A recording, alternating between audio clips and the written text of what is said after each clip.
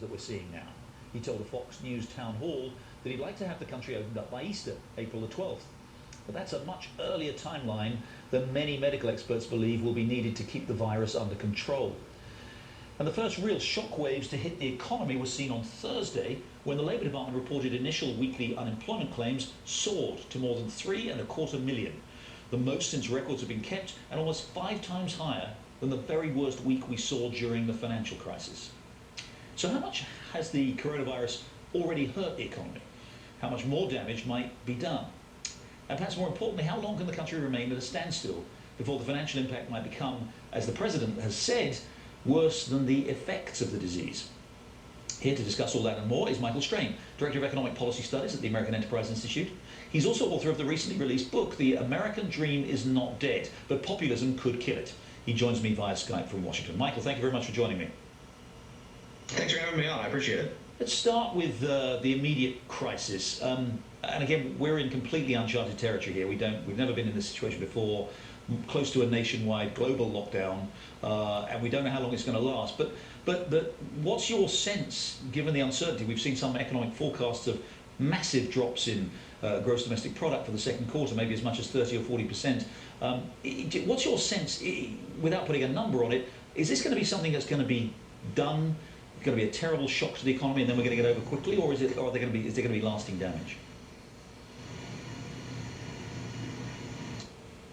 Well, a lot of it depends on the public health response. A lot of it depends on how quickly we can get testing up and running. That will help design more targeted policies to reopen the economy. A lot of it depends on how bad the virus is, which we just don't know yet. Will our hospitals be overwhelmed? Will we be seeing rapid transmission in major cities 2 weeks from now, 4 weeks, 6 weeks from now? Those are all very serious unknowns. And then, of course, a lot of it depends also on the response of economic policy.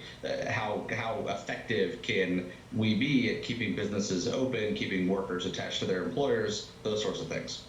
Let's take the measures that Congress has come up with, Congress and the administration have come up with this week, a massive $2 trillion stimulus, as it's called, or some people say it's more like kind of life support for the economy right now, and go through some of those measures. Let's take, first of all, the $1,200 payments more if you've got children that are being paid to people. Does that look like sensible policy to you? Is that the way to sustain people through what may be, as we've been talking about, an unknown, a crisis of unknown duration? I think that was a sensible solution to the problem of 2 weeks ago. That was a reasonable measure before we knew that mayors and governors were going to be shutting down their cities and shutting down their businesses. If we were living, people would be shopping a little less and dining out a little less and traveling a little less and working from home where possible. But where life would be looking reasonably normal, then I think giving households some direct financial support is a completely sensible measure. I think it's fine to do now as well. Now that we're living in a very different world where half the country's population is living under shelter-in-place orders and millions and millions and millions of businesses are shut. It's still a fine thing to do, but it's not going to get us through this. The relief that the Senate provided to small businesses, I think, is the most important part of the package. Basically giving small businesses forgivable loans if those businesses spend that money on payroll and keep their workers on the payroll.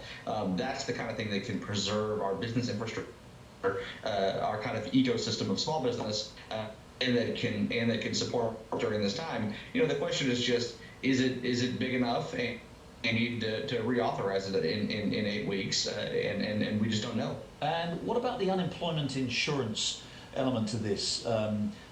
Guaranteeing unemployment insurance